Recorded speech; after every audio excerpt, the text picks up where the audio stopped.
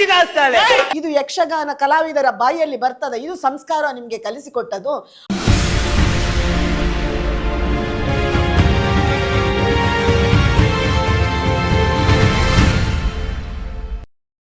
ನಿನ್ನೆ ಒಂದು 4 ಯಕ್ಷಗಾನ ಕಲಾವಿದರು ಅನ್ನಿಸಿಕೊಳ್ಳುವವರು ಮಂಗಳೂರಿನಲ್ಲಿ ಒಂದು ಪ್ರೆಸ್ ಮೀಟ್ ಮಾಡಿ ಕಲಾವಿದರಿಗೆ ಅವಮಾನ ಮಾಡಿದರು ಅಂತ ಒಂದು ಪ್ರೆಸ್ ಮೀಟ್ ಮಾಡಿದರು. ನನಗೆ ಇವರು ಯಾವ ರೀತಿಯ ಕಲಾವಿದರು ಅನ್ನೋ ಪ್ರಶ್ನೆ. ಯಾಕೆಂದರೆ ಕಲೆಗೆ ಎಲ್ಲರೂ ಇಲ್ಲಿ ಗೌರವ ಕೊಡ್ತಾರೆ, ಕಲಾವಿದರಿಗೂ ಗೌರವ ಕೊಡ್ತಾರೆ. ಆದರೆ ಈ 4 ಕಲಾವಿದರು ಯಾವ ಕಲಾವಿದರು? ಇವರು ನಿಜವಾಗಿ ಯಕ್ಷಗಾನ ಕಲಾವಿದರ? ನಾನು ಯಾಕೆ ಹೇಳ್ತಾ ಇದ್ದೇನೆ ಅಂದರೆ, ನಾನೋರ್ವ ಸಾಮಾಜಿಕ ಕಾರ್ಯಕರ್ತೆಯಾಗಿ ನಾನು ಒಂದು ಹೆಣ್ಣಿನ ಅತ್ಯಾಚಾರ ಕೊಲೆ ಪ್ರಕರಣ ಆದಾಗ ಸೌಜನ್ಯ ಪ್ರಕರಣದಲ್ಲಿ ಭಾಗಿಯಾದವಳಾಗಿ, ಅಲ್ಲದೆ ನಾನೋರ್ವ ಕಲಾವಿದೆಯಾಗಿ ಹವ್ಯಾಸಿ ಕಲಾವಿದೆಯಾಗಿ ಯಕ್ಷಗಾನ ಮಾಡಿದವಳು. 3-4 ಹವ್ಯಾಸಿ ಕಲಾವಿದ ತಂಡದಿಂದ ನಾನು ಯಕ್ಷಗಾನವನ್ನು ಮಾಡಿದ್ದೇನೆ, ರಾಜವೇಷವನ್ನು ಮಾಡಿದ್ದೇನೆ. ಹಾಗಾಗಿ ಆ ಕಲೆಗಾರರಿಗೆ ಎಷ್ಟು ಗೌರವ ಉಂಟು, ಯಕ್ಷಗಾನಕ್ಕೆ ಎಷ್ಟು ಗೌರವ ಉಂಟು ಅಂತ ನಮಗೆ ಗೊತ್ತಿದೆ. ಯಾವುದೇ ಒಂದು ಯಕ್ಷಗಾನವನ್ನು ಮಾಡುವಾಗ ಇಲ್ಲಿಯ ಜನರು ಹರಕೆ ಇಟ್ಟು ಆ ಯಕ್ಷಗಾನ ಮಾಡ್ತಾರೆ. ಒಂದೊಂದು ದೇವಸ್ಥಾನದಲ್ಲಿ ಒಂದೊಂದು ಯಕ್ಷಗಾನ ಕಲಾ ತಂಡ ಇರ್ತದೆ.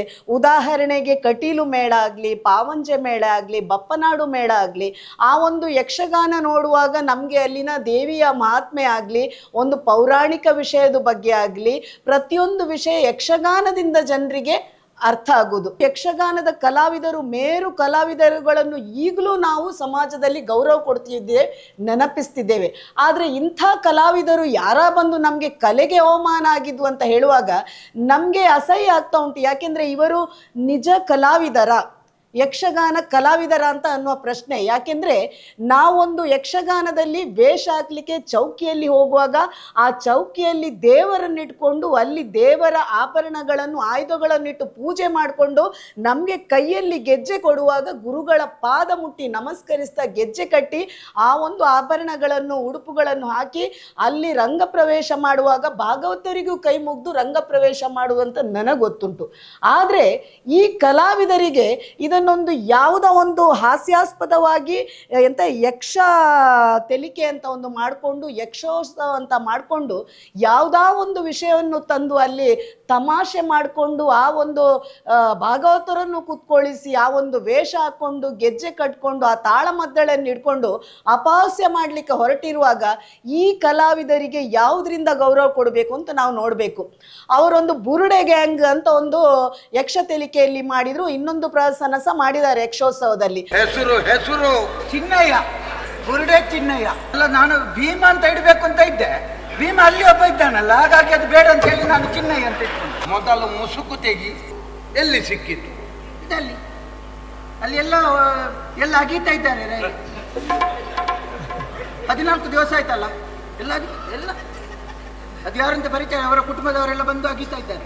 ಅವರೀಗ ಹೇಳ್ತಾ ಇದ್ದಾರೆ ಬುರುಡೆ ಗ್ಯಾಂಗ್ ಅಂತ. ನಮಗೆ ಏನಂತ ಗೊತ್ತಿಲ್ಲ. ಏನಂತ ಗೊತ್ತಿಲ್ಲದವನ ಹತ್ರ ನಾನು ಇವತ್ತು ಪ್ರಶ್ನೆ ಕೇಳಬೇಕು. ಭೀಮ ಅಂದ್ರೆ ಯಾರು? ಹೂತಿಟ್ಟವನ ಹೆಸರು ಎಲ್ಲರಿಗೂ ಗೊತ್ತು, ಚಿನ್ನಯ್ಯ ಅಂತ. 12 ಗುಂಡಿಗಳ ಬಗ್ಗೆ ಮಾತಾಡ್ತೀರಿ, ಚಿನ್ನಯ್ಯನ ಬಗ್ಗೆ ಮಾತಾಡ್ತೀರಿ, ಬುರುಡೆ ಬಗ್ಗೆ ಮಾತಾಡುವುದಾದ್ರೆ ನೀವು ಯಾವ ಪ್ರಹಸನವನ್ನು ಮಾಡಲಿಕ್ಕೆ ಹೊರಟಿದ್ದೀರಿ? ಇಲ್ಲಿ ನೀವು ಸಂಸ್ಕಾರದ ಬಗ್ಗೆ ಮಾತಾಡ್ತೀರಿ. ನಮ್ಮ ಯಕ್ಷಗಾನದಲ್ಲಿ ಪ್ರತಿಯೊಬ್ಬರಿಗೂ ಇಲ್ಲಿ ಮಕ್ಕಳಿಂದ ಹಿಡಿದು ಹಿರಿಯರಿಗೂ ಸಂಸ್ಕಾರ ಕಲಿಸುವಂಥ ಯಕ್ಷಗಾನ ಪ್ರಸಂಗವನ್ನು ನಾವು ನೋಡ್ತಾ ಬಂದಿದ್ದೇವೆ. ಒಂದು ಕಾಲದಲ್ಲಿ ಯಕ್ಷಗಾನವನ್ನು ನೋಡಲಿಕ್ಕೆ ಪಾಪ ಎಷ್ಟೋ ಮಂದಿ ಟಿಕೆಟ್ ಕೊಟ್ಟು ಟೆಂಟಲ್ಲಿ ನೋಡಿಕೊಂಡು ಬರುವ ಒಂದು ಕಾಲ ಇತ್ತು. ಮಧ್ಯದಲ್ಲಿ ಅದು ಹೋಯಿತು. ಈಗ ಪುನಃ ಯಕ್ಷಗಾನ ಕಲೆಯನ್ನು ಬೆಳೆಸ್ತಾ ಇದ್ದಾರೆ ನಮ್ಮ ಮಕ್ಕಳು ಮತ್ತು ಯುವಕರು. ಪ್ರತಿಯೊಂದು ಶಾಲೆಯಲ್ಲಿ ಗುರುಗಳು ಹೋಗಿ ಯಕ್ಷಗಾನವನ್ನು ಕಲಿಸ್ತಾ ಇದ್ದಾರೆ ಮಕ್ಕಳಿಗೆ. ಪ್ರತಿಯೊಂದು ಮನೆಯಲ್ಲಿ ಸಹ ಯಕ್ಷಗಾನ ಕಲಿಸ್ತಾನಂತ ಹೇಳುವಾಗ ಅಲ್ಲಿ ಮನೆಯವರು ಸಹ ಹೆತ್ತವರು ಸಹ ಅವರನ್ನು ಕೊಂಡೋಗಿ ಪ್ರೋತ್ಸಾಹ ಮಾಡಿ ಯಕ್ಷಗಾನ ಕಲೆಯನ್ನು ಕಲಿಸ್ತಾ ಇದ್ದಾರೆ. ಶಾಲಾ ಕಾಲೇಜುಗಳಲ್ಲಿ ಸಹ ಎಷ್ಟೆಷ್ಟು ದೊಡ್ಡ ಕಾಲೇಜುಗಳಲ್ಲಿ ಎಲ್ಲ ಮಕ್ಕಳನ್ನು ಯಕ್ಷಗಾನದಲ್ಲಿ ಭಾಗವಹಿಸಿ ಅಲ್ಲಿ ಒಂದು ಪ್ರೋತ್ಸಾಹ ಕೊಟ್ಟು ಅಲ್ಲಿ ಕಾಂಪಿಟಿಷನ್ ಮಾಡಿಕೊಂಡು ಆ ಕಲೆ ಬಗ್ಗೆ ಎತ್ತಿ ಹಿಡಿಯುವಾಗ ನೀವಿಲ್ಲಿ ಹೊಟ್ಟೆ ತುಂಬಿಸ್ಲಿಕ್ಕೋಸ್ಕರ ನಿಮ್ಮ ನಾಲಿಗೆಯನ್ನು ಹರಿಬಿಟ್ಟು ಬಾಯಿಗೆ ಬಂದ ಪ್ರಹಸನವನ್ನು ಮಾಡಿ ತಮಾಷೆ ಮಾಡಲಿಕ್ಕೆ ಹೊರಟಿರುವಾಗ ನಿಮಗೆ ಯಾವ ರೀತಿಯ ಗೌರವ? ನೀವೊಂದು ಕಲೆಗಾರರ ಅಂತ ನಾವು ಪ್ರಶ್ನೆ ಕೇಳಬೇಕು. ಇದು ಯಾವುದು ಕಲೆಗಾರರಲ್ಲ. ನೀವು ಅಲ್ಲಿ ಕೂತ್ಕೊಂಡು ಪ್ರೆಸ್ ಮೀಟಲ್ಲಿ ಹೇಳ್ತಾ ಇದ್ದೀರಿ ನಮ್ಮ ಸಂಸ್ಕಾರ ನಮ್ಮ ಗೌರವಕ್ಕೆ ಧಕ್ಕೆ ಬಂದದ್ದು ಹೇಳುವಾಗ, ನೀವೊಮ್ಮೆ ಆ ಬುರುಡೆ ಗ್ಯಾಂಗ್ ಯಕ್ಷಗಾನ ಮಾಡಿದ್ರಲ್ಲಿ ನೀವು ಮಾಡಿದಿರಲ್ಲ ತಮಾಷೆ ಮಾಡಿಕೊಂಡು, ಅದರಲ್ಲಿ ಕಮೆಂಟ್ಗಳನ್ನು ಹೋಗಿ ನೋಡಿ. ನಿಮಗೆ ಯಾವ ರೀತಿ ಸಂಸ್ಕಾರ ಉಂಟು, ನಿಮಗೆ ಯಾವ ರೀತಿ ಕಮೆಂಟ್ ಹಾಕಿದ್ದಾರೆ, ನಿಮ್ಮ ಮುಖಕ್ಕೆ ಹೊಡೆಯುವಾಗೆ ಮರ್ಯಾದೆ ತೆಗೆಯುವಂಥ ಕಮೆಂಟ್ಗಳು ಬಂದಿದೆ. ಅದನ್ನೊಮ್ಮೆ ನೋಡಿ. ನೀವು ಹೇಳ್ತೀರಲ್ಲ ಸಂಸ್ಕಾರ ಅಂತ, ಯಾವ ರೀತಿಯ ಸಂಸ್ಕಾರಯುತ ಕಲಾವಿದರು ನೀವು ನೋಡಿ. ನಿಮ್ಮ ಬಾಯಿಂದ ಬರುವ ಶಬ್ದಗಳು ಏನೊಂದು ನಮಗೆ ಹೇಳಲಿಕ್ಕೆ ಅಸಹ್ಯ ಆಗ್ತದೆ. ಹೆಣ್ಣಾಗಿ ಚಾರು ಸೂಳೆ ಅಂತೆ, 3 ಕಾಸಿನವಳಂತೆ, ತೊಡೆ ಬಗ್ಗೆ ಮಾತಾಡ್ತೀರಿ. ಆಮೇಲೆ ಜಾರ್ ಸೂಳೆ ಮೂಚಿಗೆ ಹಾಸ್ತಾಳೆ. ಅಲ್ಲಿಗೆ ತೊಡೆಯೊರಿಸುದು ಇದು ಯಕ್ಷಗಾನ ಕಲಾವಿದರ ಬಾಯಿಯಲ್ಲಿ ಬರ್ತದೆ. ಇದು ಸಂಸ್ಕಾರ ನಿಮಗೆ ಕಲಿಸಿಕೊಟ್ಟದು. ಅವನೊಬ್ಬ ಹೇಳ್ತಾ ಇದ್ದಾನೆ, ಅವನ ಕಾಮಿಡಿ ಅಂತ, ಅವನು ನೈತಿಕ ಮತ್ತು ಅನೈತಿಕ ಸಂಬಂಧದ ಬಗ್ಗೆ ಜನರಿಗೆ ತೋರಿಸಿಕೊಡ್ತಾ ಇದ್ದಾನೆ. ಇವ ಯಕ್ಷಗಾನ ಕಲಾವಿದ ಹೇಳ್ಕೊಳ್ಳುವ ನಾಲಾಯಕ್. ಅನೈತಿಕ ಸಂಬಂಧ ಉಂಟಾ? ಈರ್ನ ಬುಡಿಯದ್ದಿ ಬತ್ತಿಯ ನನ್ನ ಎಂಚ ಆರು ಬೋದಾಂಡು ಈರ್ಬಲ್ಲಿ ಅವ ಹೇಳ್ತಾನೆ ನೈತಿಕ ಸಂಬಂಧ ಅಂದ್ರೆ ನನ್ನ ಹೆಂಡತಿ ನನ್ನನ್ನು ಕರೆಯುವುದು ಬಾ ಅಂತ ಒತ್ತಾಯ್ತು ಅಂತ. ಅನೈತಿಕ ಸಂಬಂಧ ಅಂತೆ ಪಕ್ಕದವನಿಗೆ ಹೇಳ್ತಾ ಇದ್ದಾನೆ, ಒಬ್ಬನಿಗೆ, ಅವನು ಯಾವನಂತ ಗೊತ್ತಿಲ್ಲ, ಕೇಳ್ಕೊಂಡವ. ನಿನ್ನ ಹೆಂಡತಿ ಬಂದು ನನ್ನನ್ನು ಕರೆಯುವುದು, ಅವರು ಹೋಗಿ ಆಯ್ತು ಹೊರಗೆ ಬಾ ಅಂತ ಕರೆಯುವುದಂತೆ.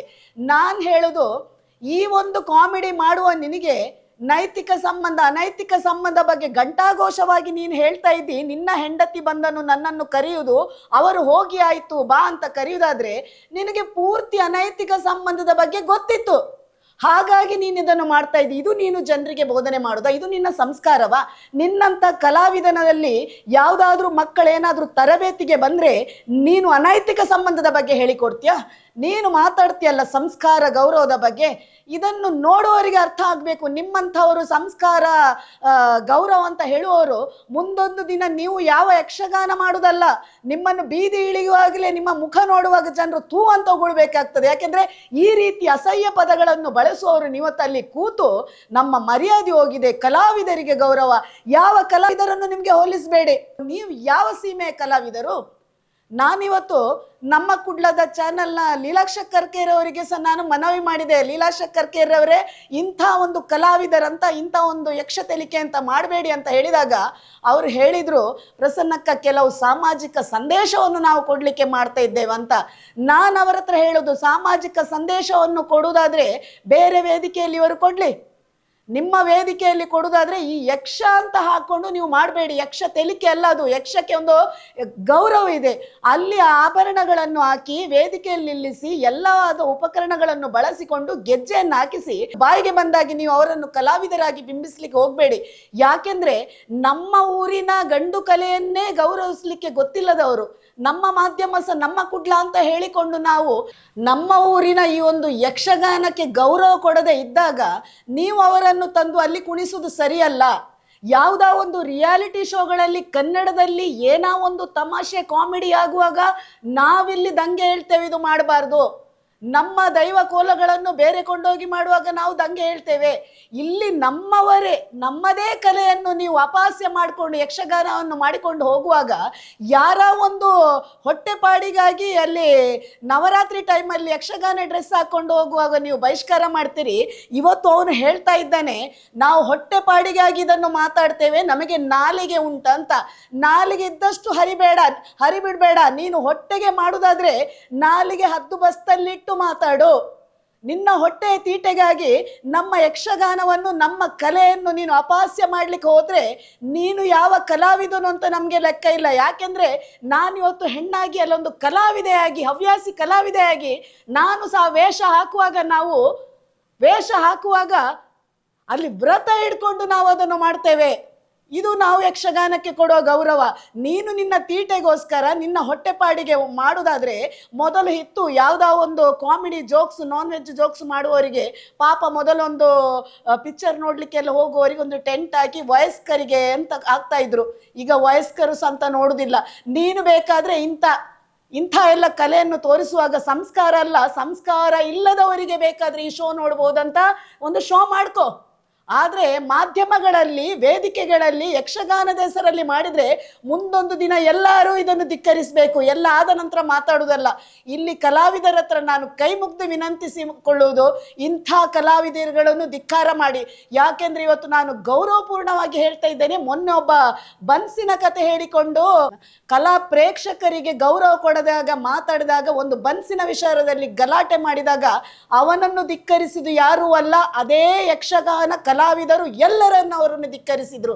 ಅದೇ ರೀತಿ ನಾನು ಯಕ್ಷಗಾನ ಕಲಾವಿದರಲ್ಲಿ ಹೇಳೋದು, ಆ ಕಲೆಯನ್ನು ಹಾಳು ಮಾಡ್ಲಿಕ್ಕೆ ಹೋದಾಗ ಇಂಥ ಎಲ್ಲ ಕಲಾವಿದರನ್ನು ತಾವುಗಳು ಧಿಕ್ಕರಿಸಬೇಕು. ಮುಂದೊಂದು ದಿನ ಯಕ್ಷಗಾನ ನೋಡದ ಪರಿಸ್ಥಿತಿ ಬರಬಾರ್ದು. ಯಾಕೆಂದ್ರೆ ನಾವು ಯಕ್ಷಗಾನ ಮಾಡುವಾಗ ಎಲ್ಲ ತಮಾಷೆಗಳಿತ್ತು, ಯಾವ ಪ್ರಸಂಗಕ್ಕೆ ಸಂಬಂಧಪಟ್ಟ ತಮಾಷೆಗಳು ಅದನ್ನು ಮಾಡಿ ತೋರಿಸ್ತಾ ಇದ್ರು. ಈಗ ಹಾಗೆ ಆಗ್ತಾ ಇಲ್ಲ. ಯಕ್ಷಗಾನ ಒಂದು ಬೇರೆ, ಯಾವುದಾ ಒಂದು ಕಾಮಿಡಿಯನ್ನು ತಂದು ಇಲ್ಲಿ ಯಾವುದೋ ಒಂದೊಂದು ಜೋಡಣೆ ಮಾಡಿಕೊಂಡು ಮಾಡುವುದಾದ್ರೆ ಅದು ಯಕ್ಷಗಾನ ಅಂತ ಹೇಳ್ಕೊಳ್ಳುವುದಿಲ್ಲ.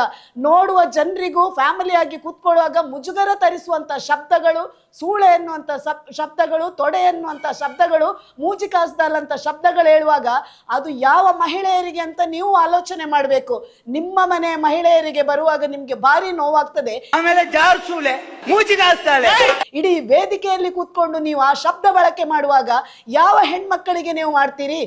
ಯಾವ ಹೆಣ್ಮಕ್ಕಳಿಗೆ ಮಾಡ್ತೀರಿ? ಒಂದು ಹೆಣ್ಣು ಕಲಾವಿದೆ ಅಲ್ಲಿ ವಸ್ತ್ರ ಹಾಕೊಂಡು ಮಾಡಿದ್ರು ಸಹ ಅದು ದೇವಿಸಲ್ಲಿ ಹೆಣ್ಣೆ, ದೇವಿಸಲ್ಲಿ ಹೆಣ್ಣೆ ಅಂತ ಮಾತುಗಳು ನೀವು ಯಕ್ಷಗಾನದಲ್ಲಿ ಮಾತಾಡುವಾಗ ಹದ್ದು ಬಸ್ತಲ್ಲಿ ಇಡಿರಿ.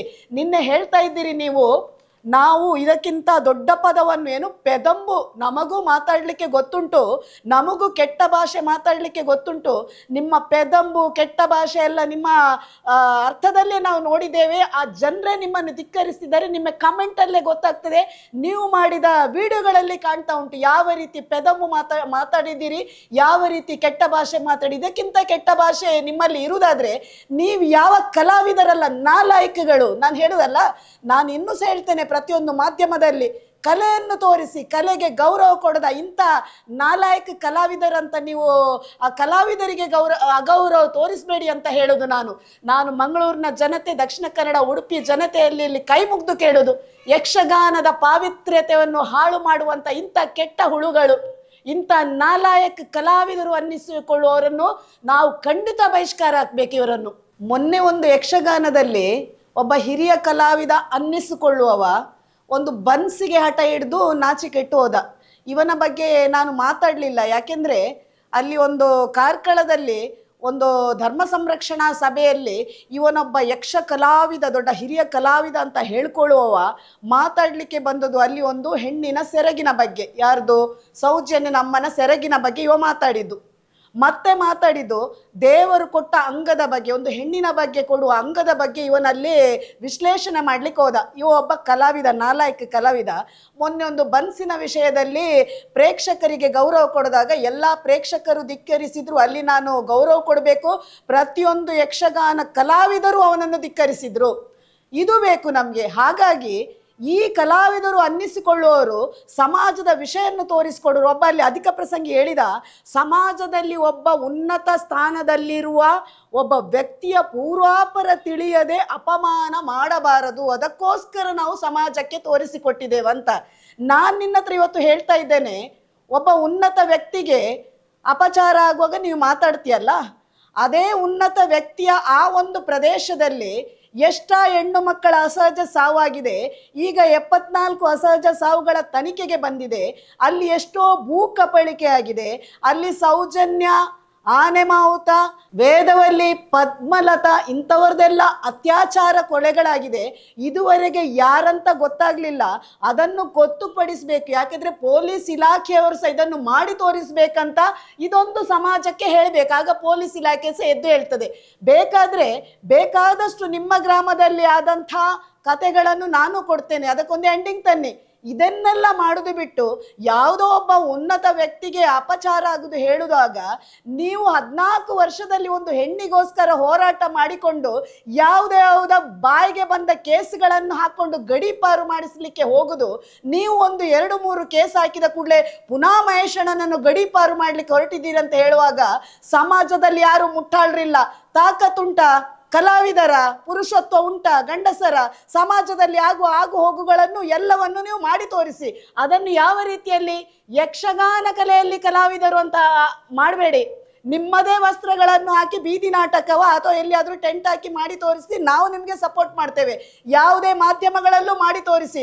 ಸಾಮಾಜಿಕ ಸ್ವಾಸ್ಥ್ಯ ಕೆಡುವಂಥ ಕೆಲಸಗಳು ಮಾಡುವಾಗ ನಾವು ಇಲ್ಲಿ ಮಂಗಳೂರಿಗೆ ಹೋಗ್ತೇವೆ, ನಾವು ಸಹ ಮಾಧ್ಯಮ ಹಿಡ್ಕೊಂಡು ಯೂಟ್ಯೂಬ್ ಹಿಡ್ಕೊಂಡು ನಾವು ಸಹ ಹೋಗ್ತೇವೆ. ಇಲ್ಲಿ ಮಂಗಳೂರಲ್ಲಿ ಏನೆಲ್ಲ ಆಗ್ತಾ ಉಂಟು, ಮಂಗಳೂರಲ್ಲಿ ಯಾವುದೆಲ್ಲ ಬ್ರಿಡ್ಜ್ಗಳಾಗಬೇಕು, ಯಾವುದೆಲ್ಲ ಫ್ಲೈಓವರ್ಗಳಾಗಬೇಕು, ಯಾವುದೆಲ್ಲ ರಸ್ತೆ ಆಗಬೇಕು, ಏನೆಲ್ಲ ಆಗಬೇಕು, ಇದನ್ನು ಸಮಾಜಕ್ಕೆ ತೋರಿಸಿ.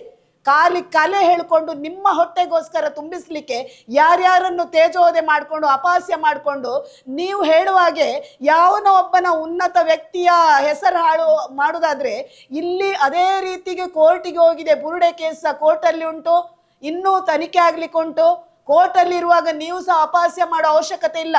ಹಾಗಾಗಿ ಇವತ್ತು ನಾನು ಹೇಳ್ತಾ ಇದ್ದೇನೆ, ಕಲಾವಿದರು ಅಂತ ಯಕ್ಷಗಾನದ ಮರ್ಯಾದೆ ತೆಗೆದ್ರೆ ಮುಂದೊಂದು ದಿನ ವೇದಿಕೆಯಲ್ಲೇ ನಿಮ್ಮನ್ನು ಅಟ್ಟಾಡಿಸಿ ಹೋಗೋರು ನಿಮ್ಮಂತ ಕಲಾವಿದರಿಂದ ಗೌರವ ಕೊಡುವಂಥ, ಕೈ ಮುಗ್ದು ಗೌರವ ಕೊಡುವಂಥ ಎಷ್ಟೋ ಕಲಾವಿದರನ್ನು ಈಗ ಸಹ ನಾವು, ಕುಂಬ್ಳೆ ಸುಂದರ್ರಾವ್ ಅಂತ ತುಂಬಾ ಹಿರಿಯ ಕಲಾವಿದರನ್ನು ಈಗ ಸಹ ನಾವು ನೆನಪಿಡ್ತೇವೆ ಅಂತ ಹೇಳುವಾಗ, ನಿಮ್ಮಂಥ ಕ್ರಿಮಿಗಳನ್ನು ಯಾರು ಇಲ್ಲಿ ಕಲಾವಿದರಂತ ಒಪ್ಪಲಿಕ್ಕೆ ಸಾಧ್ಯ ಇಲ್ಲ. ತಾಕತ್ತಿದ್ರೆ ಇಂಥ ಕೆಲಸಗಳನ್ನು ಮಾಡಿ ತೋರಿಸಿ. ನಿನ್ನೆ ಪ್ರೆಸ್ ಮೀಟಿಗೆ ಬರುವಾಗ ನೀವು ಹೇಳಿದಂಥ ಉನ್ನತ ವ್ಯಕ್ತಿಯ ಪಾಳೆಗಾರರನ್ನು ನೀವು ಕರ್ಕೊಂಡು ಬಂದಿರಿ. ಹಾಗಾದರೆ ಇದರ ಹಿಂದಿರುವ ಉದ್ದೇಶವೇನು? ಅಲ್ಲಿ ನೀವು ಕಲಾವಿದರ ಕೊಲೆಗಾರರ ಎನ್ನುವ ಪ್ರಶ್ನೆ ಈಗ ಜನರು ಕೇಳ್ತಾ ಇದ್ದಾರೆ.